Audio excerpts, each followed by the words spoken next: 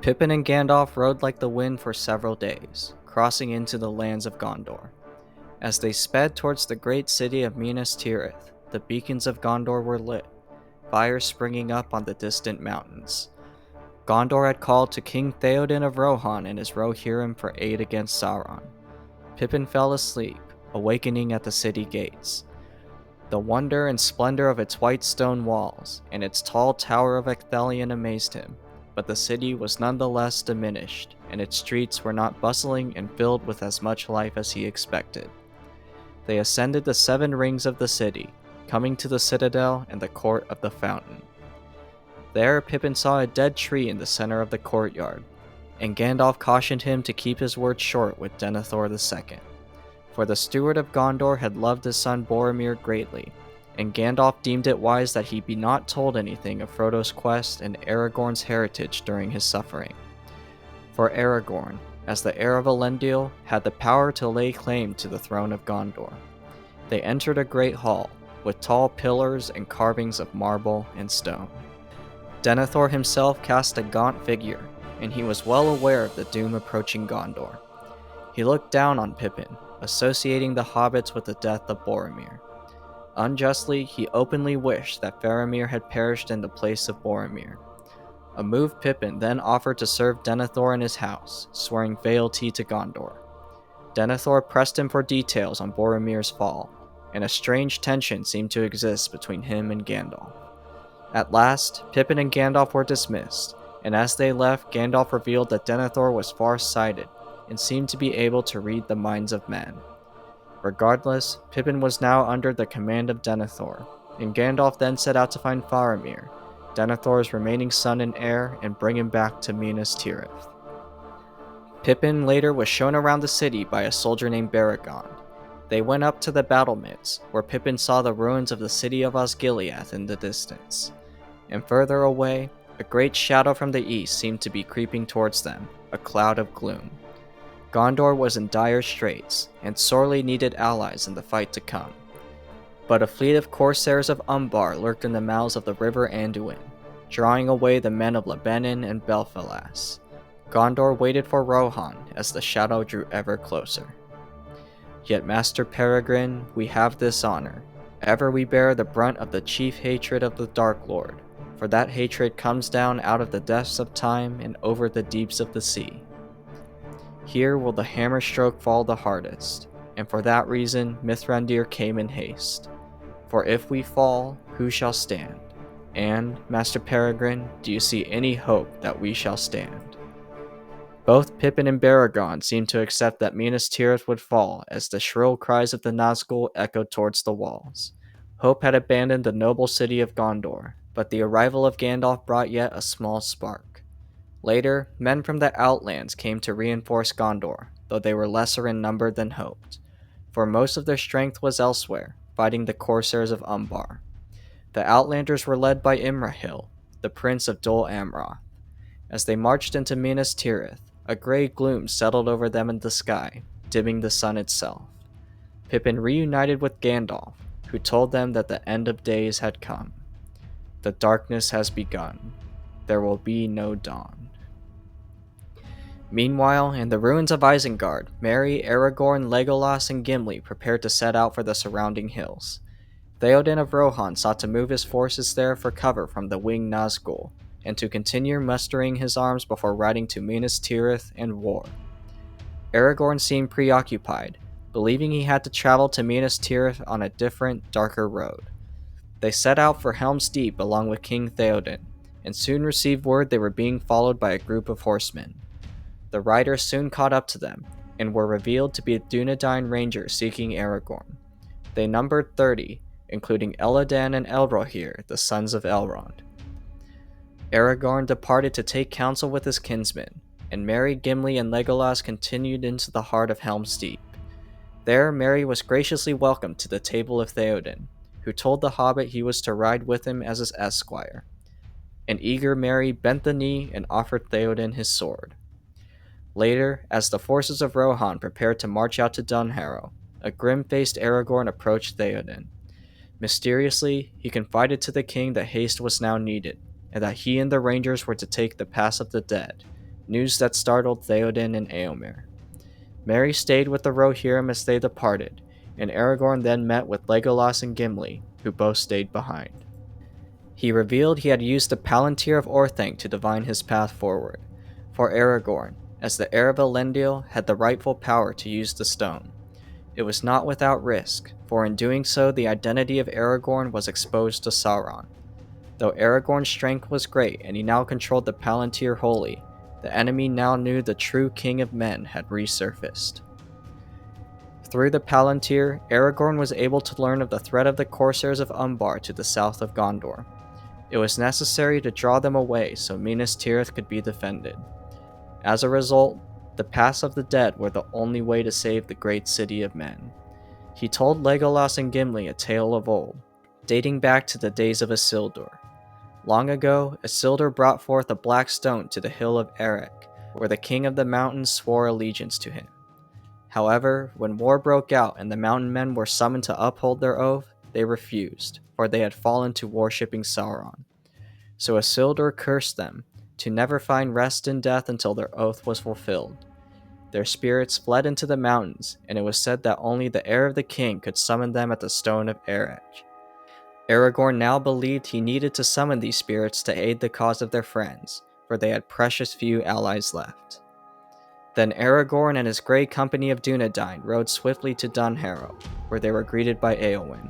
She tried to convince them to take a different and safer road, and expressed her desire to fight for her people in battle. The following morning, Aragorn and his company rode into the Haunted Mountain. It was a dark, gloomy place that chilled their blood. But Aragorn was mighty in will, and through his strength and leadership they passed through the dark door towards the Stone of Erech. Faint shapes of men and horses followed behind them as they passed through remote villages and fields, all empty or with barred doors for fear of the dead. They reached the Stone of Erech, and there Aragorn blew a silver horn, summoning the Oathbreakers. A cold wind rushed about them, and the dead spirits came. They said they wished to fulfill their oath and have peace, and Aragorn responded, "The hour is come at last. Now I go to Pelargir upon Anduin, and ye shall come after me. And when all this land is clean of the servants of Sauron, I will hold the oath fulfilled, and ye shall have peace and depart forever. For I am Elisar, Isildur's heir of Gondor." Then he unveiled a black flag, and in a most valiant and noble undertaking, led his new mighty host out of the mountains and towards the great river Anduin. Elsewhere, King Theoden of Rohan continued a hard ride to Dunharrow as the Rohirrim continued to be mustered from across the land. They found a great force gathered there, where Éowyn told them of Aragorn's goings. An emissary from Gondor arrived, bringing the Red Arrow. It was sent only in times of great need, for Denethor now badly needed the support of the army of Rohan. Minas Tirith was surrounded, and battle in the east was rapidly approaching. Theoden was well aware of the urgency of the situation, and informed the messenger that his army of 6,000 strong would be able to make it to Gondor in a week. That evening, the great darkness from Mordor settled over them, signaling the beginning of war. Theoden readied his forces for a hard march to Minas Tirith, and perhaps their dooms. "So we come to it in the end," he said. "The great battle of our time, in which many things shall pass away. But at least there is no longer need for hiding. We will ride the straight way and the open road with all our speed." Theoden then released Merry from his service, telling him to stay behind with Éowyn at Edoras. Merry was dismayed, but Éowyn looked upon him with kindness and outfitted him with a suit of armor. The great march of the Rohirrim began, and with grim faces and hearts they rode for Minas Tirith. 2 swift hours passed, and now the king sat upon his white horse, glimmering in the half-light. Proud and tall he seemed, though the hair that flowed beneath his high helm was like snow, and many marveled at him and took heart to see him unbent and unafraid. They stopped at Edoras, where Merry was to be left behind, for it was a hard ride to Minas Tirith, and his pony would not be able to keep up. However, a young rider named Dernhelm then offered to take Merry upon his horse, and the brave young hobbit was able to stay in the army. And so King Theoden departed from his own realm, and mile by mile the long road wound away, and the beacon hills marched past. But their fires were quenched. All the lands were grey and still, and ever the shadow deepened before them, and hope waned in every heart. Back in the city of White Stone, Pippin prepared for his first day of service under Denethor. It was a long morning and afternoon of duty, and soon Pippin began to feel as if he was a prisoner of sorts in the citadel. Then, while walking with Baragon, the shrieking cry of the Nazgul began to ring in the city. 5 Nazgul had taken to the air just outside Minas Tirith, and as Pippin watched them, they wheeled away to attack something on the vast Pelennor fields below. Then, the horn of Faramir was heard, for it was he and his company being attacked by the Black Riders as they fled to the gates of the city. Pippin despaired, but then saw something else in the north. At that moment he caught a flash of white and silver, like a small star down on the dusky fields. It moved with the speed of an arrow and grew as it came, converging swiftly with the flight of the 4 men towards the gate. It was Gandalf, who raised his hand and sent powerful white light against the servants of Sauron. The Nazgul were driven away, retreating back into the gloom above. Faramir and 3 other men were rescued, and Pippin rushed down below to see them. He noted the strength he saw in Faramir, and how it closely resembled that of Boromir. Here was one with an air of high nobility such as Aragorn at times revealed, less high perhaps, yet also less incalculable and remote. One of the kings of men born into a later time, but touched with the wisdom and sadness of the elder race. He was a captain that men would follow, even under the shadow of the Black Wings. Faramir, Gandalf, and Pippin then visited Denethor, where it was revealed that Faramir had encountered another hobbit in the Southlands. Gandalf and Pippin were shocked, for they knew this to be Frodo, but revealed nothing to Denethor. Denethor, however, reprimanded Faramir for his seemingly low bearing in his eyes, openly wishing that he had died instead of Boromir. The steward despaired, believing it would have been best for the ring to be in the hands of the city. Gandalf locked gazes with Denethor again in an unspoken battle of wills. Denethor backed down, and commanded Faramir was to be sent back to Osgiliath to lead its garrison and fully retake the city. Thus, the next day, the noble Faramir set out for Osgiliath, as the men of Gondor with heavy hearts looked to the horizon for any sign of the coming of Theoden and Rohan. However, that evening the city received word that the armies of Minas Morgul, led by the Witch King and allied with the Haradrim, had fallen upon Osgiliath. Faramir was forced to retreat from the passage of Anduin, for he was outnumbered at 10-1 odds. Gandalf rode out to aid him, and returned with the wounded of Osgiliath while Faramir stayed behind with the rearguard. Fires lit up in the east as scattered companies of men fled back to the safety of the walls.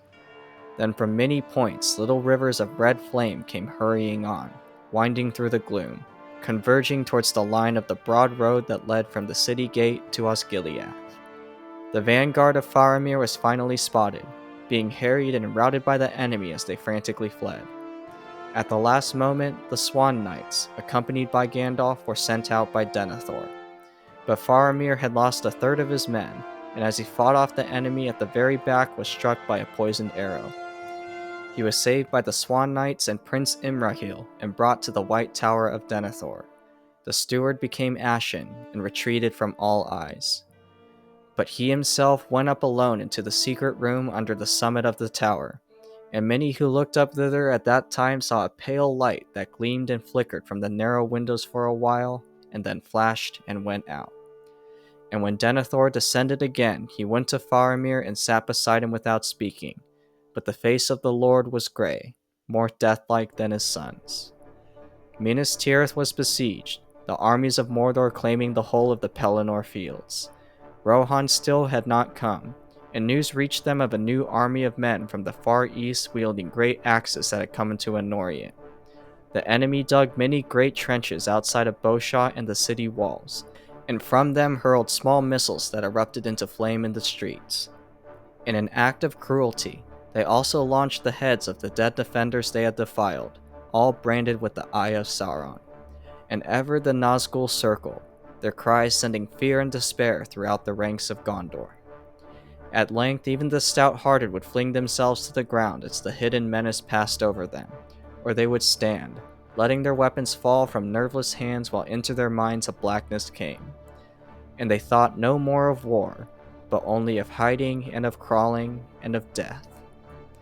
All the while, Faramir remained wounded and alive in the White Tower, but the orc arrow had put him into a delirious fever. Pippin waited in the darkness, seemingly brushed aside and forgotten by Denethor. Denethor was racked with dread, believing his line was ending and the fall of Gondor was imminent. He refused to join his forces on the walls, and thus Gandalf the White took command of the defense of Minas Tirith. Accompanied by the Prince of Dol Amroth, his presence uplifted the spirits of the defenders, and in Imrahil many saw something akin to the great lords of Numenor itself. And yet, when they had gone, shadows closed on men again, and their hearts went cold, and the Valar of Gondor withered into ash. And so they passed out of a dim day of fears into the darkness of a desperate night. Then, with their lines fortified, the army of Mordor launched an assault on the city walls. Still hidden, the Witch King sent forth great siege towers from Osgiliath to assail the defenders. The first circle of Minas Tirith burned unchecked, and men who did not trust the orders of Gandalf abandoned their posts. Denethor by this point had fallen to madness, remaining sequestered in the White Tower. He now gave the order for a pyre to be built, for he planned to immolate both himself and Faramir. Pippin was released from his service, and followed the Mad Steward as he walked to Fen Hallen, where in a small house Denethor laid beside Faramir.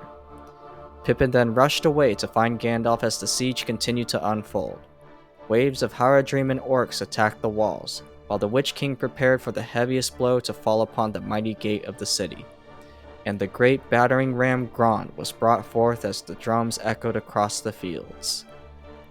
Great engines crawled across the field, and in the midst was a huge ram, great as a forest tree 100 feet in length, swinging on mighty chains. Long it had been forging in the dark smithies of Mordor, and its hideous head, funded of black steel, was shaped in the likeness of a ravening wolf. On it, spells of ruin lay. Grond they named it, in memory of the hammer of the underworld of old. Great beasts drew it, orcs surrounded it, and behind walked mountain trolls to wield it. The knights of Dol Amroth held a valiant defense of the gate, the dead piling up in heaps below the walls. But Grond could not be stopped as the Witch King himself chose this moment to come forth. Thrice he cried, thrice the great ram boomed, and suddenly upon the last stroke the gate of Gondor broke. As if stricken by some blasting spell, it burst asunder. There was a flash of searing lightning, and the doors tumbled in riven fragments to the ground. And the Lord of the Nazgul rode into the city, and all fled before him. But one stayed. It was Gandalf, mounted on Shadowfax, mightiest and noblest of steeds, who was able to resist the terror of Angmar. Perceiving victory to be near, the Witch King laughed, and lifted his sword and prepared to attack Gandalf. And in that very moment, away behind in some courtyard of the city, a cock crowed. Shrill and clear he crowed, reckoning nothing of wizardry or war, welcoming only the morning that in the sky far above the shadows of death was coming with the dawn. And as if in answer there came from far away another note. Horns, horns, horns. In dark Mindoluin's sides they dimly echoed, great horns of the north wildly blowing. Rohan had come at last. The Rohirrim had arrived to the aid of Gondor. It had been a hard ride for 4 days on end, and as they approached Minas Tirith, the wild men of the Druadan forest offered to help them navigate the woods. As they emerged, they found the bodies of the messengers of Gondor sent ahead. One of them still held the red arrow, a sign that Gondor never received word that the Rohirrim were on their way. They reached the field of Gondor unchallenged, for the Witch King was mainly focused on the assault of the city. As the army gazed upon the burning city of death, they worried they had come too late. Then a flash of light and a boom erupted from Minas Tirith. Arise, arise, riders of Theoden. Fell deeds awake, fire and slaughter. Spear shall be shaken, shield be splintered. A sword day, a red day, ere the sun rises. Ride now, ride now, ride to Gondor. With a mighty blast of his horn, Theoden sprung forward and led the great charge of the Rohirrim. Eomer rode by his side, but none of the riders could overtake their king. Fey he seemed, or the battle fury of his fathers ran like new fire through his veins, and he was borne up on Snowmane like a god of old, even as Oromé the Great in the battle of the Valar when the world was young.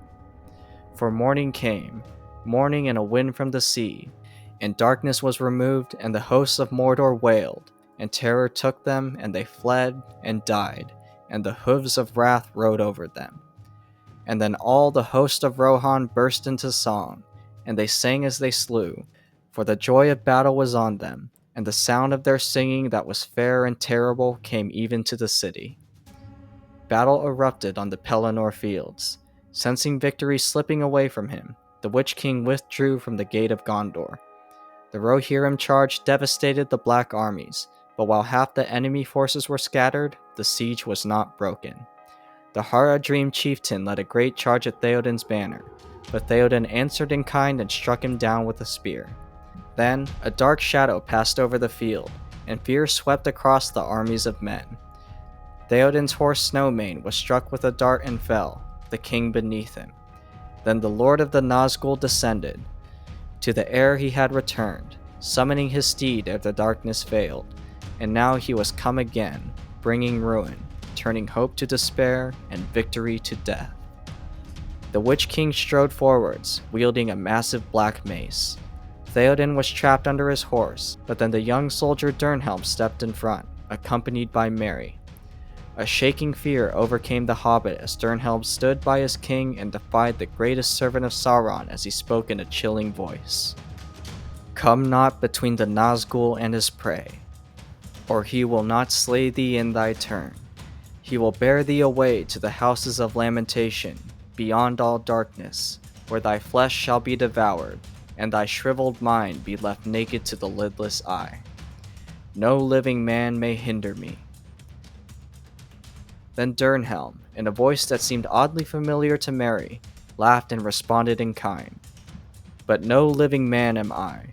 Éowyn I am, Éomen's daughter. You stand between me and my lord and my kin. Be gone, if you be not deathless. For living or dark undead, I will smite you if you touch him. The Nazgul and the onlooking Merry were stunned, and the hobbit's fear was lifted. For Éowyn herself now stood alone against a Nazgul, and Merry now deemed it she should not perish without aid. Then the beast of the Witch King lunged forwards at Éowyn, with Merry disregarded and off to the side. Still she did not blench. Maiden of the Rohirrim, child of kings, slender but as a steel blade, fair yet terrible. A swift stroke she dealt, skilled and deadly. The outstretched neck she clove asunder, and the hewn head fell like a stone. The Witch King rose, crying out in terrible hatred and malice.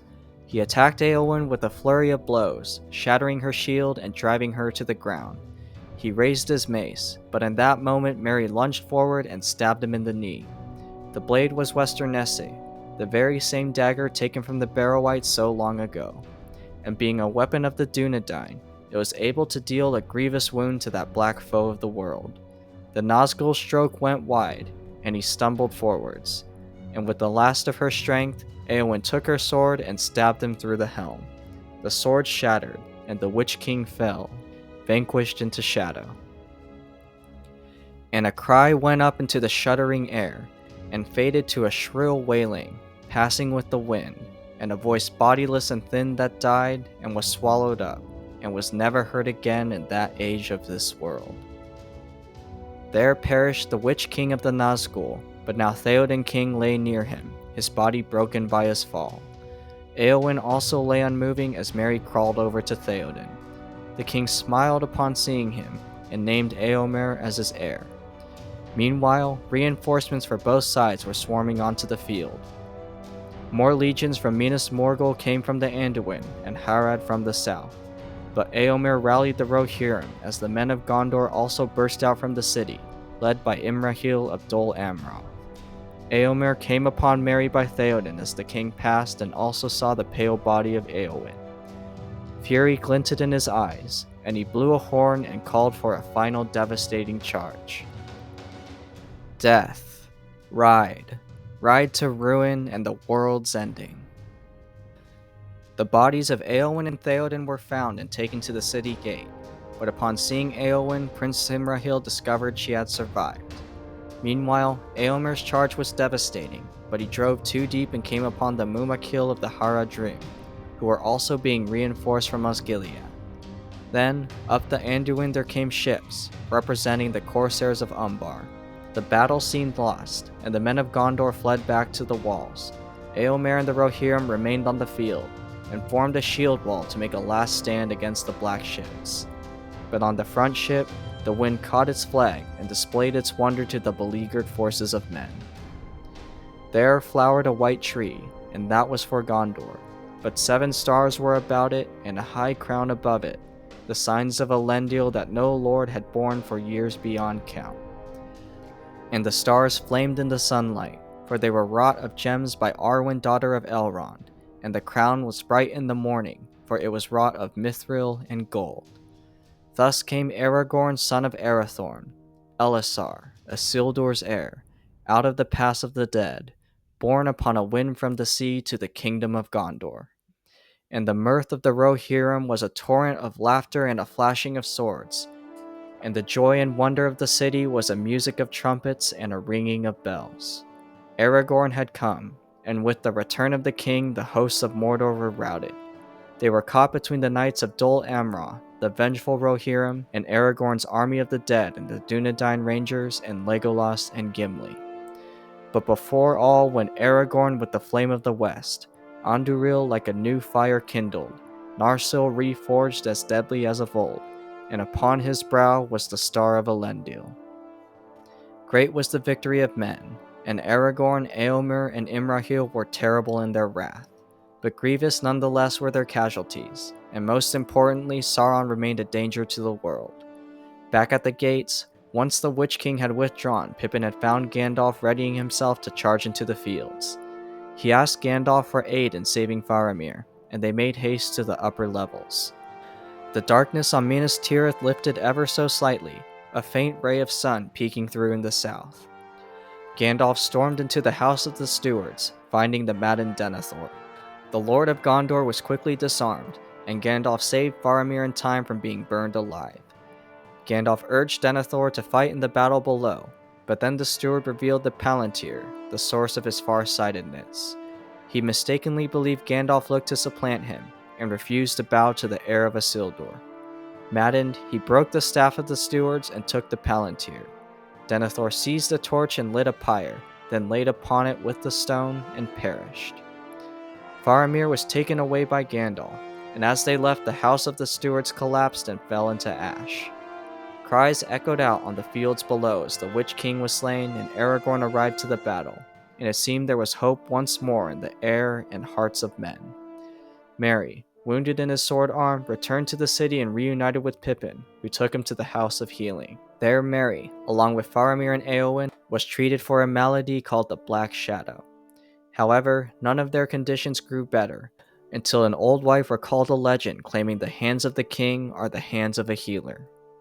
Gandalf set out to find Aragorn, who was camping outside the walls with Eomer and Imrahil. Aragorn himself was reluctant to claim lordship over Gondor until Sauron was defeated. Gandalf found the 3 noble men and told them of the fate of Denethor. Aragorn was persuaded to enter the city, and he did so wearing his grey cloak and the green stone of Galadriel. He confided to Eomer and Imrahil his name Elisar signified Elfstone, and that his house was to be called Telcontar, Strider and Quenya. Aragorn was shown to the patients in the House of Healing, where he asked the old wife to find the herb Athlas. The plant was found, and Aragorn first went to Faramir. He crushed the leaves in hot water, and light and joy seemed to float throughout the room. Faramir at last stirred, and immediately recognized Aragorn as his king. Rumor began to spread in the city that the king had returned, and was healing the wounded with his own hands. Éowyn and Pippin were also healed, and Aragorn ventured out to heal more afflicted by the Black Shadow. And he appeared before the people of Gondor, and they named him Elfstone, fulfilling the name foretold at his birth that his people would call him. For the time being, Imrahil became the Lord of Gondor, and come morning his banners flew from the White Tower. Legolas and Gimli also entered Minas Tirith and visited Imrahil, whom Legolas recognized as one of the people of Nimrodel. As they walked towards the House of Healing, Legolas reflected on the Battle of Pelagir, upon which he had first heard the voices of gulls. There, the words of Galadriel came true, for a deep longing of the sea had awakened in Legolas, and he deemed he would have no more peace in the woods. They reunited with Merry and Pippin, and Legolas told them of their arduous march. They had fallen upon Sauron's forces at the river Anduin, and chased them to Pelargir. There, Aragorn summoned the army of the dead, and the ships of the enemy were swarmed. The fleet was taken, and Aragorn released the Shadow Army from their oaths, and they vanished into mist. Elsewhere, Gandalf and Aragorn were deep in council with the other captains of the West, including Imrahil and Éomer. Gandalf worried that the full might of Sauron had not yet been unleashed, and that his next attack would be insurmountable. This was almost assuredly the case, meaning the war through strength in arms was unwinnable. Their main hope now lay in the destruction of the One Ring, which would vastly diminish Sauron to the point he would never rise again. They knew that Frodo had passed into the borders of Mordor, and that Sauron feared the might of the heir of Elendil. His great eye was constantly watching them, even more so after his recent defeat and the death of the Lord of the Nazgul. Gandalf told the captains their best chance for victory was to keep the eye trained on them, instead of his own lands where Frodo was. It was his hope they could trick Sauron into emptying the reserves of Mordor so Frodo could destroy the ring, but in doing so they would make a suicidal march to the front gates of Mordor itself. While there was the slimmest chance of success, it was the duty of the forces of Middle-earth to fight this darkness while they could. The captains unanimously agreed to the strategy, and made preparations with many thousands of men from Gondor, Rohan, and the freed allies of Aragorn in the south. After 2 days, they assembled on the Pelennor fields and set out for Doom. Pippin accompanied Aragorn, with a forlorn but still recovering Merry remaining behind in Minas Tirith. There, Gandalf urged them to not attack Minas Morgul for the risk of their army falling to madness, but they nonetheless destroyed the White Bridge there. On they marched, encountering no resistance from orcs, but being constantly followed by the Nazgul along the way. Several stations of defense were set up along the path, and at last the army of the West came to the Black Gate of Mordor with a force numbering only 6,000 strong. Before the Towers of the Teeth, Aragorn arranged his army on 2 hills, then approached the gate with Gandalf and the captains, including Legolas, Gimli, and Pippin. He demanded that Sauron come forth, and after some silence, drums sounded and the gate opened. But Sauron himself did not come. Instead, it was a black-robed rider, the Mouth of Sauron. He was a living man, a Númenórean renegade of old who had fallen to darkness and begun worshipping Sauron. In his service to the Dark Lord, the Mouth of Sauron became learned in sorcery and cruelty, and knew much of his master's intents and desires. He then showed them the mithril coat of Frodo, the short sword of Sam, and a grey cloak with an elven brooch. The envoy was devastated, for it seemed their last hope was extinguished. The captain of Mordor gloated, claiming Frodo was not dead, but instead subject to countless years of torment. Gandalf then seized the tokens of the hobbits, and with anger dismissed the Mouth of Sauron. He became filled with rage, but saw the wrathful faces of the captains of the West. Overcome with fear, the Mouth of Sauron fled, and then the trap of Sauron was sprung. The gates of Mordor swung entirely open, revealing a massive army, and on the sides of the men of the West there came surprise forces of the Easterlings and more orcs, effectively surrounding the hills. Aragorn desperately reorganized his forces as the sons of Elrond, the Dúnedain, and Prince Imrahil stood at the front, where the first assault would come. The wind blew, and the trumpets sang, and arrows whined, but the sun, now climbing towards the south, was veiled in the reeks of Mordor, and through a threatening haze it gleamed, remote, a sullen red, as if it were the ending of the day, or the end of maybe all the world of light. And out of the gathering murk the Nazgul came with their cold voices crying words of death, and then all hope was extinguished. The first attack then came towards the front lines, where Pippin was stationed. A force of hill trolls from Gorgoroth wreaked havoc amongst the men of Gondor, and by Pippin's side his friend Baragond was slain by the troll chief. Pippin stabbed the troll deep, and it died and fell on top of him. As he began to lose consciousness, he then heard a faint cry. "The eagles are coming. The eagles are coming."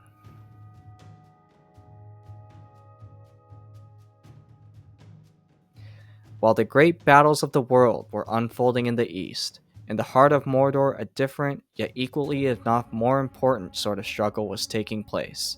At the Tower of Cirith Ungol, the brave Samwise Gamgee laid outside, desperately trying to find a way to rescue Frodo. He could hear orc voices inside, but the doors remained shut to him.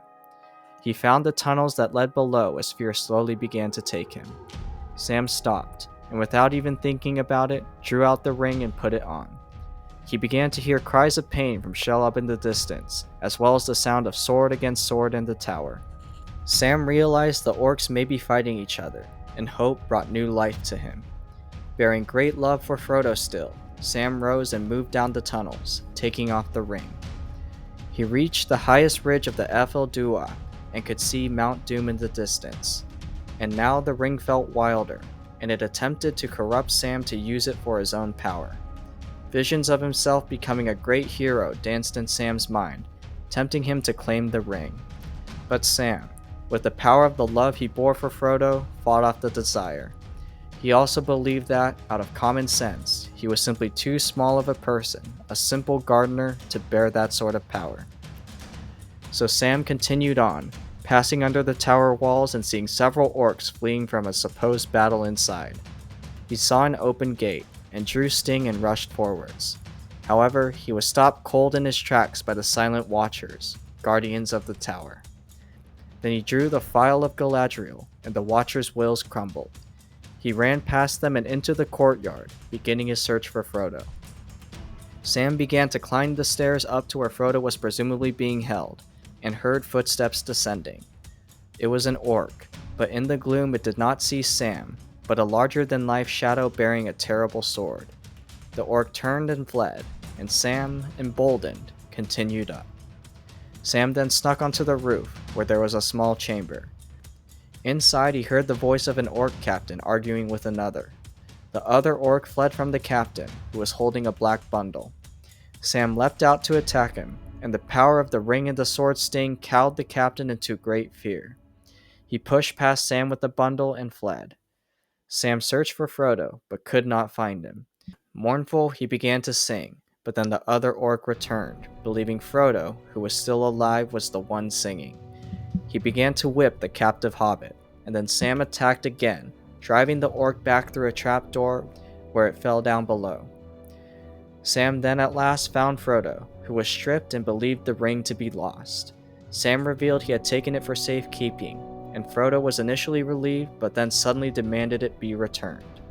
The ring had regained a hold on Frodo, who went so far as to accuse Sam of being a thief.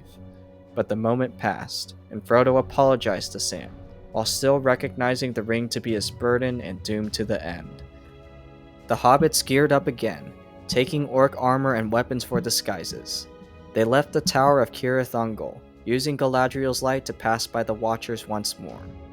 Then they heard the close cry of a Nazgul and began to flee at a frantic pace.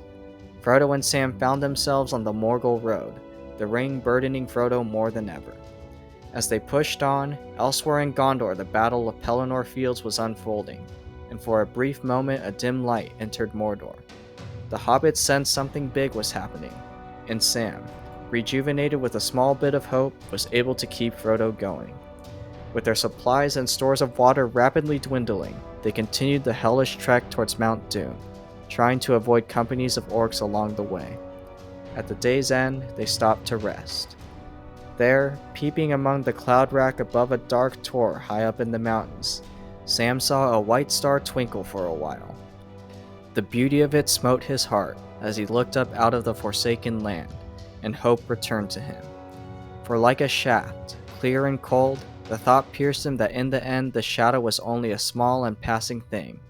There was light and high beauty forever beyond its reach. They awoke some time later, with Mount Doom some 40 miles away. But Barad-dûr and Sauron were focused elsewhere, for the heir of Elendil had resurfaced and dealt the enemy a blow in his great war.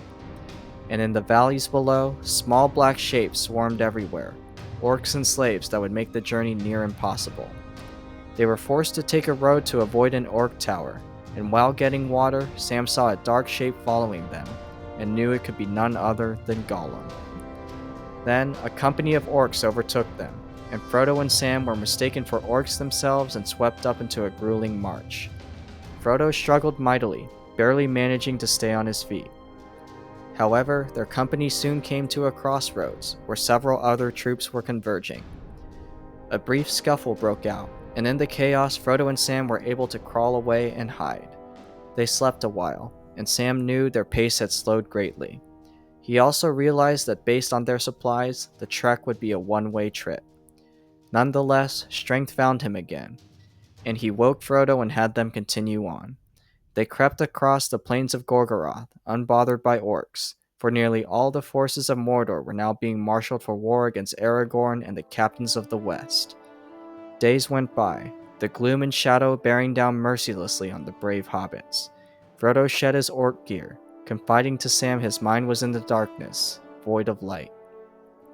No taste of food, no feel of water, no sound of wind, no memory of tree or grass or flower, no image of moon or star are left to me. I am naked in the dark, Sam, and there is no veil between me and the wheel of fire. I begin to see it even with my waking eyes, and all else fade. Ever nearer to Orodruin they came, but now they had no water and precious little food. Great was their suffering, but through the strength of their wills, Frodo and Sam continued on.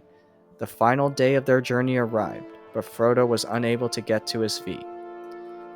"Come, Mr. Frodo," Sam cried. "I can't carry it for you, but I can carry you and it as well." And with surprising strength, Frodo climbed onto Sam's back, and they staggered towards the foot of the mountain and up its slopes. At last, Sam's will to go on gave out, and he fell to the ground. The hobbits now had to find the cracks of doom, and as they crawled onwards, Frodo turned to the east, and briefly the red eye of Sauron turned towards them before looking back at the north and Aragorn.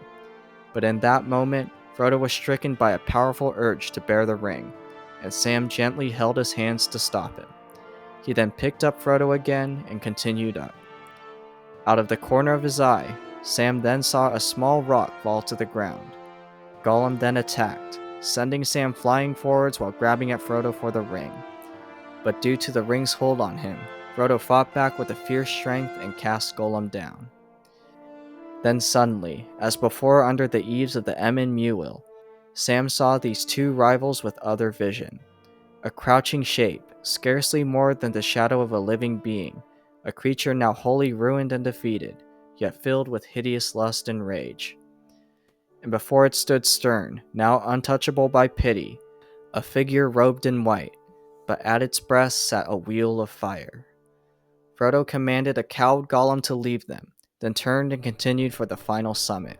Sam drew Sting and moved to kill Gollum, but deep in his heart pity stirred, and he stayed his hand. He turned to follow Frodo, who had found a door on the climbing path that led into the side of the mountain. They turned into a long, dark tunnel, the heart of Sauron's domain.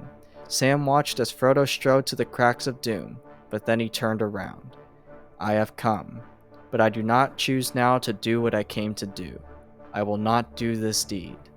The ring is mine." And then Frodo put on the ring, becoming invisible. Sam was knocked down by a dark shape again, for Gollum had returned. The eye of Sauron suddenly became aware of Frodo and the ring, perilously close to the Dark Lord's final doom. The eye flashed towards Mount Doom in a panic and great fear. The Dark Lord was suddenly aware of him, and his eye piercing all shadows looked across the plain to the door that he had made. And the magnitude of his own folly was revealed to him in a blinding flash, and all the devices of his enemies were at last laid bare. Then his wrath blazed in a consuming blaze, but his fear rose like a vast black smoke to choke him, for now he knew his deadly peril and the threat upon which his doom hung. The armies of orcs wavered, Sauron's command over their wills briefly shaken, and the Nazgul flew like the wind to Mount Doom. Inside, a dazed Sam rose to his feet and saw Gollum grappling with the still invisible Frodo. Amidst the roar of the red fires below, Gollum bit upon Frodo, severing his finger and taking the ring. He danced on the edge of the chasm, delirious in his victory. And with that, even as his eyes were lifted up to gloat on his prize, he stepped too far, toppled, wavered for a moment on the brink, and then with a shriek he fell. Gollum fell with the ring into the cracks of Mount Doom, where he perished. Sam picked up a wounded Frodo and fled back to the door to gaze upon the plains of Mordor. The ring was destroyed in the fires of Mount Doom, and Orodruin erupted. The Nazgul came too late, and withered and vanished from the world. Frodo came back to his senses, laying by the side of Sam. "Well, this is the end, Sam Gamgee." And there was Frodo, pale and worn and yet himself again. And in his eyes there was peace now, neither strain of will, nor madness, nor any fear. His burden was taken away. There was the dear master of the sweet days in the Shire. The quest of the Fellowship was achieved, and Frodo told Sam he was glad to be with him at the end of all things. Meanwhile, the captains of the West fought desperately, surrounded outside the Black Gate. But then the Eagles came, led by Gwaihir and Landrovalm, descendants of the great Thorondor, and they fell upon the forces of Mordor as the Dark Tower whipped its gaze to Mount Doom in a panic. Hope filled the hearts of men again, and Gandalf rallied them for the last push. The earth then shook, and before them the towers of the Black Gate crumbled, and the gate itself collapsed. The great bastions of Mordor fell, and Gandalf joyously decreed that Sauron had fallen. The ring-bearer, against all odds, had succeeded. And as the captains gazed south to the land of Mordor, it seemed to them that, black against the pall of cloud, there rose a huge shape of shadow, impenetrable, lightning-crowned, filling all the sky. Enormous it reared above the world, and stretched out towards them a vast threatening hand, terrible but impotent. For even as it leaned over them, a great wind took it, and it was all blown away and passed, and then a hush fell. The orcs fled, and the evil men of Rhûn and Harad gathered for a last stand. Then Gandalf asked Gwaihir to bear him one last time, and they flew against the wind to the blazes of Mount Doom. There they found Frodo and Sam, hand in hand as the world crumbled around them. The hobbits were lifted away, and awoke again to find themselves safe in the land of Ithilien. Gandalf warmly greeted them, and his laugh was the most joyous sound Sam had heard in ages. He and Frodo fully regained their strength, and were arranged to meet the new king of Gondor in the western lands. Gandalf led them outside, where they were praised by a guard of knights and troops, who sang for the ring-bearers as trumpets rang. And then they saw their friend Strider, or rather now King Elisar, who walked forwards to reunite with them at last. And then, to Sam's surprise and utter confusion, he bowed his knee before them. And taking them by the hand, Frodo upon his right and Sam upon his left, he led them to the throne, and setting them upon it, he turned to the men and captains who stood by and spoke, so that his voice rang all over the host, crying, "Praise them with great praise." Frodo and Sam were heroes to the free lands of Middle-earth, and tears of joy ran wild in the host before them. Their gifts from Galadriel and Frodo's mithril were returned, and at the feast of celebration, Frodo and Sam sat at the king's table, with Gimli, Legolas, Gandalf, Prince Imrahil, and Éomer, now king of Rohan. Merry and Pippin, now knights of the city and mark respectively, also came up to join them. To his dismay, Sam discovered they had grown 3 inches taller, likely the result of the Ent droughts they drank in the Fangorn forest. Then the great host made tracks for Minas Tirith, where at last the king of the blood of Elendil would walk through its gates once more. There, the Lady Eowyn and the noble Faramir had fully been healed. After her recovery, Eowyn had still longed for war, and a great sadness had fallen upon her. However, she was dissuaded, and was introduced to Faramir, now appointed the steward of Gondor. And as they awaited for news of the campaign of Aragorn, they fell in love.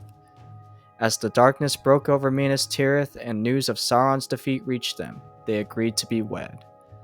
Then the great host of the west arrived at the Pelennor fields, and Aragorn came forwards. He was clad in black mail girt with silver, and he wore a long mantle of pure white clasped at the throat with a great jewel of green that shone from afar. But his head was bare save for a star upon his forehead bound by a slender fillet of silver. With him were Eomer of Rohan and the Prince Imrahil, and Gandalf robed in all white, and 4 small figures that many men marveled to see. Then Faramir, steward of Gondor, walked out of the gate and offered the white rod of the stewards to Aragorn. But Aragorn gave it back, saying the office of stewardship would stay with Faramir's house. Faramir rose and decreed Aragorn king, with the full support of the people. Here is Aragorn son of Arathorn, chieftain of the Dunedain of Arnor, captain of the host of the west, bearer of the Star of the North, wielder of the sword reforged, victorious in battle, whose hands bring healing, the Elfstone, Elisar of the line of Elendil, Isildur's son, Elendil's son of Númenor. Aragorn was christened with the crown of Eärnur, which was white with wings of pearl and silver, and 7 adamant jewels below a single fiery gem. And then he spoke the words uttered by Elendil himself when he first came to Middle-earth after the downfall of Númenor. Out of the great sea to Middle-earth I am come. In this place I will abide, and my heirs, unto the ending of the world.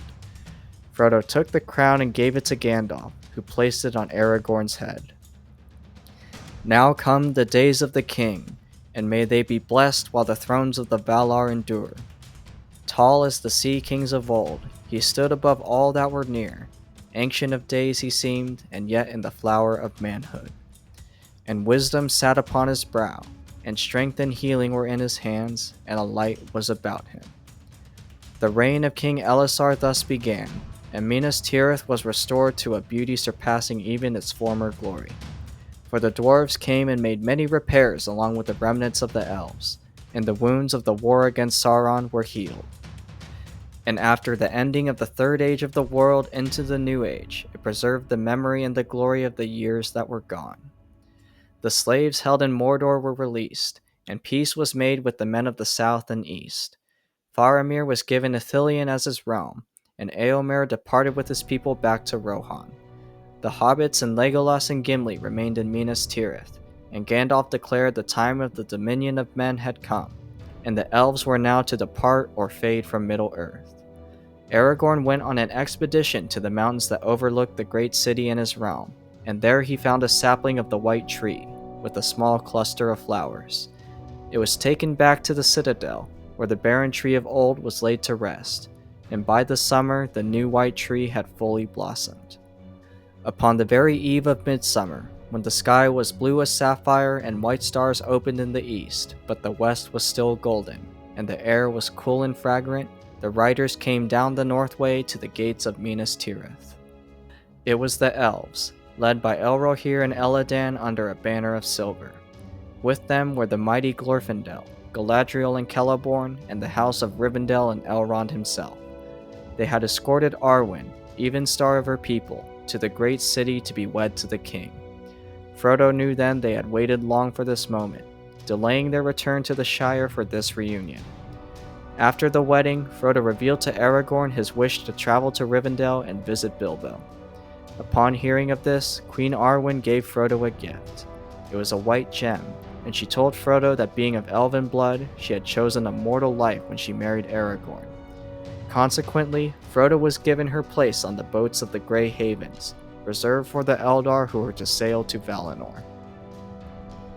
The day of departure arrived, and King Eomer came to Minas Tirith to bear Theoden's body back to Edoras. The company came to the Golden Hall, and Theoden was laid to rest in a house of stone under a great mound in the Barrowfield. And Merry, his loyal esquire, wept for the king as a son does for a father. At the feast later, Éowyn and Faramir were formally betrothed. At its conclusion, many farewells were said. Arwen, Faramir, and Imrahil remained at Edoras, and as Merry departed, he was given a horn by Éomer and Éowyn, an heirloom of their great house. The company left and visited the glittering caves in Helm's Deep, and then went to Isengard to check on the imprisonment of Saruman. The land was now a lush garden with a stream through it, all surrounding Orthanc. Treebeard emerged to greet them and was congratulated by Gandalf for his transformation of the land. He then revealed he had told Saruman much of what had transpired in the world after his defeat, and Saruman became so diminished Treebeard actually let him free. Gandalf disagreed with this decision, as the former wizard still had the power of his charismatic voice. The company moved on, but now Legolas and Gimli stayed behind, for the elf wished to see the deep woods of the Ents. Then at the Gap of Rohan, Aragorn took leave of them, bidding farewell to the hobbits and Galadriel and Celeborn. It was a great sorrow, but they continued on. Eventually, they came across an old, hunched man, who turned out to be none other than Saruman. He was also accompanied by a beaten and ragged Grima Wormtongue, who seemed to be forced to stay at his side. Saruman venomously refused Galadriel and Gandalf's offer of mercy, and then departed. After several more days of journey, Galadriel and Celeborn departed for Lothlorien. There, the elves of Lorien left at last for the Grey Havens, for the time had come for the Three Rings to pass from the world. At last, the remaining company reached Rivendell, where they reunited with an elderly Bilbo. There they spent some time, and slow longing for the sea began to grow in Frodo. However, he decided to return to the Shire with Sam, Merry, and Pippin, and Bilbo was to remain in Rivendell. On the journey, he confided to Gandalf that his shoulder still ached, for now a full year had passed since his wound on Weathertop. There is no real going back. Though I may come to the Shire, it will not seem the same, for I shall not be the same. I am wounded with knife, sting, and tooth, and a long burden. Where shall I find rest? After a while, they returned to the village of Bree, and visited Butterbur and the Prancing Pony Inn. Business had slowed of late, but would almost assuredly lift as news spread of the defeat of Sauron and his darkness. Butterbur was stunned to learn that Strider had been crowned king of the lands of men. The following day, the hobbits set out again, and then Gandalf took lead of them at the East Road. Now only Frodo, Sam, Merry, and Pippin remained, and Frodo now reflected that at the end of their adventure, it felt akin to falling asleep once more. Reaching the Brandywine River, they discovered a large gate had been set upon the bridge. The local hobbits were stunned at their return, and the four travelers learned that by the order of a mysterious chief, no one was admitted across between sundown and sunrise. Eventually, they were allowed into a guardhouse where they were meagerly fed and given a rather extensive list of rules. Something odd had happened in the Shire, and they speculated the chief may have been Lotho, one of Frodo's more greedy relatives. The next day, they continued on towards Bag End, but were stopped by a band of sheriffs. Frodo laughed at the incredulity of the situation as they were informed they were being placed under arrest. The four hobbits simply refused, and were quietly told the chief had many men under his command. Through the village of Bywater they passed, which was just as desolate and forlorn as the others they had seen in their return. They were then stopped by several ruffians, who seemed to answer to someone called Sharky, who turned out to be not Lotho at all. Frodo was troubled, and Sam, Merry, and Pippin drew their swords and caused the ruffians to flee. Pippin worried that if there were many more such evil men, it would be a trying fight to save the Shire. Merry believed it was best to raise the Shire in an uprising, and Sam rode off to find Farmer Cotton, who was able to raise the village in arms. The enraged hobbits then approached a band of 20 ruffians, and their leader foolishly tried for a fight. He was shot dead with arrows, and soon after the others surrendered. That night, Frodo, Sam, Merry, and Pippin learned from Farmer Cotton that Lotho, after their departures, had bought all the farmland around. Bands of the ruffians began showing up and implanting them around the Shire, and eventually grew to be a strong independent entity. Lotho controlled things for a while as the chief, but now apparently Sharky was in charge. The following morning, news reached them that a band of 100 or so men was making their way towards Bywater. However, the Tooks, led by Pippin, also arrived for a fight. The ruffians lacked a military cohesion, and were quickly trapped and ordered to surrender. They refused and charged the hobbits. Thus unfolded the Battle of Bywater, and 70 of the men were killed, with 19 hobbits losing their lives. Merry himself slew the ruffian leader, and he and Pippin gained great renown. However, Saruman remained at large somewhere, and Frodo, Sam, Merry, and Pippin led a band of hobbits back to Bag End. They were dismayed to find the surrounding area desecrated, its fair homes and buildings replaced with blocky structures that belched smoke and fumes. All the trees had been cut down on the roads, and furious, they burst into Bag End to search for Sharky and Lotho. They discovered Sharky, who turned out to be Saruman. The former wizard appeared at the door, gloating at their suffering. He cursed the enraged hobbits around him, proclaiming that if a hobbit was to kill him, the Shire would decay and wither away. Frodo urged the mob to have mercy, and Saruman summoned Wormtongue and prepared to depart. However, he revealed that he had ordered Grima to kill Lotho. Just then, the former counselor of Rohan, out of sheer hatred, attacked Saruman with a knife. He cut his throat and turned to flee, but was quickly shot with arrows by the hobbits and died there. The body of Saruman then vanished into a grey mist. Merry hoped to finally signal the end of the war, and then they set out to rebuild the Shire. Several prisoners of the ruffians were freed, including Fatty Bulger and Lobelia Sackville Baggins.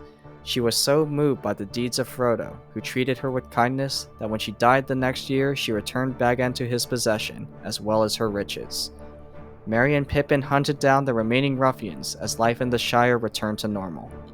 Sam at last opened his box from Galadriel, finding a small silver seed surrounded by a fine dust. He journeyed across the Shire, planting the dust in each place where trees were felled by Saruman. The silver seed he laid in the party field, where Bilbo had given his farewell speech. By spring, his trees had already begun to sprout, and the tree in the party field turned out to be a malorn of silver bark and golden flowers. The year 1420 in the Shire was a time of great happiness, with bountiful harvests and growth, and many children were born. Frodo retreated into a quiet, thoughtful retirement, and Sam married Rose Cotton. Time passed, and tidings were pleasant for Sam, Merry, and Pippin, but every October 6th, Frodo was reminded of the great darkness he had suffered through. In 1421, Sam and Rose had a daughter named Eleanor, named for the little golden flowers in Lothlorien. Then, that autumn, Frodo decided he wanted to visit Bilbo back in Rivendell. He gave Sam the writings of Bilbo's adventures, as well as his own editions titled The Downfall of the Lord of the Rings and the Return of the King. Then he and his dear Sam set out, and to their surprise they came across a company of elves, led by Elrond and Galadriel. The two great elves wore their rings of power, Vilya for Elrond and Nenya for Galadriel. Also there was Bilbo, sleeping on a grey pony. Frodo then revealed to a surprised Sam he intended to travel with the elves and Bilbo to the Grey Havens, where he would sail west and depart forever from Middle-earth. He told a teary Sam he would be his heir and the eventual mayor of the Shire. Then Elrond and Galadriel rode on, for the Third Age was over, and the days of the rings were past, and an end was come of the story and song of those times. When they arrived at the Grey Havens, the party was greeted by Círdan the shipwright, who led them to a white ship, where there was Gandalf with the third ring Narya. Merry and Pippin then arrived in time to bid farewell to Frodo, who kissed them goodbye, and then Sam. And the sails were drawn up, and the wind blew, and slowly the ship slipped away down the long grey firth. And the light of the glass of Galadriel that Frodo bore glimmered and was lost. Frodo's ship thus passed into the west, and behind them Sam, Merry, and Pippin watched for a long while. Then silently they turned and traveled back home, with Merry and Pippin riding to Buckland and Sam to Bag End and his family. And Rose drew him in and set him in his chair and put little Eleanor upon his lap. He drew a deep breath. "Well, I'm back," he said.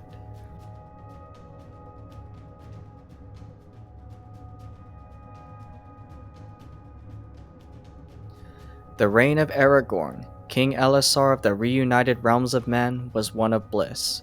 Arwen Evenstar, upon the departure of the last elves of Middle-earth, became a mortal woman. But Aragorn was of the Dunedain, and longer lived than the lesser races of men, and they lived together for some 120 more years. At his end, he gave the scepter of Arnor and the crown of Gondor to his son Eldarion, and Arwen sat by him as he breathed his last. Aragorn urged her not to despair, and knew his wife was forever tied to the doom of men. Then a great beauty was revealed in him, so that all who after came there looked on him in wonder. For they saw that the grace of his youth, and the valor of his manhood, and the wisdom and majesty of his age were blended together. And long there he lay, an image of the splendor of the kings of men, in glory undimmed before the breaking of the world. And once he passed, the light faded from Arwen's eyes, and she took no more joy in the realms of men. She bid farewell to her children, and departed Minas Tirith and its majesty for the land of Lorien. When winter came, she laid upon Cairn Amroth, and her spirit departed forever from Middle-earth. After the fall of Sauron and his dark tower of Barad-dûr, there was great rejoicing across all the named lands of the world. For the Dark Lord had assaulted many realms, but now his servants despaired and fled. His bastion of Dol Guldur had attacked Lorien 3 times, but through the might of Celeborn and Galadriel, the attackers were driven back. Dol Guldur itself was ousted from the hands of the enemy, finally ridding the forests around Lorien of darkness and evil. King Thranduil in the Mirkwood was also victorious against Sauron, and he and Celeborn renamed the woods to Eren Lasgalin, the Wood of Green Leaves. Though there was peace in those elven realms, their light was diminished, and more of their peoples left for the havens as time passed. Meanwhile, King Brand of the Dale was also attacked by Sauron at the same time Minas Tirith was besieged. Brand was forced to retreat to the Dale, where King Dane Ironfoot and the dwarves of Erebor of the Lonely Mountain rose to his aid. There, in a great battle, Dane and Brand were slain, and Erebor itself came under siege. But after the fall of Sauron, his armies fled and were routed by the dwarves and men. Bard II became the new king of Dale, and the friendship with the dwarves, now ruled by Thorin III Stonehelm, remained steadfast. After Frodo, the greatest of the ring-bearers, departed for the west, Sam was elected mayor of the Shire. The King Elisar declared it a free land, and there was peace for a long time after. Pippin married and had a son named Faramir, and was appointed the Took and Thane. Merry remained ever a friend to Éomer and Éowyn, and became master of Buckland. Eventually, Sam, Merry, and Pippin were all formally appointed as counselors of the Northern Kingdom. They were visited by Elisar, who gave Sam the Star of the Dunedain and appointed his daughter Elenor as a maid to Arwen. Time passed, and eventually Faramir Took, son of Pippin, married Goldilocks, one of Sam's daughters. Sam was re-elected as mayor of the Shire 7 times, but in 1482 his wife Rose died. He gave the Book of Histories to Elenor and traveled to the Grey Havens. There, the last ring-bearer went west, leaving Middle-earth to be once more with his dear friend Frodo. 2 years later, an elderly Merry departed the Shire with Pippin to Edoras, where a dying King Éomer wished to see them one last time. They were with the king in his final moments, and then departed for Gondor and Minas Tirith. There Merry and Pippin dwelt for the last of their days, until they too passed and were put to rest in Rath Dinen, where the great men of Gondor were memorialized. 60 more years passed, and in 1541 of the Third Age King Elisar died.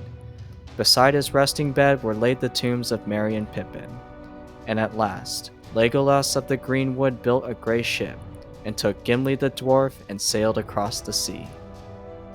And when that ship passed, an end was come in Middle-earth of the Fellowship of the Ring.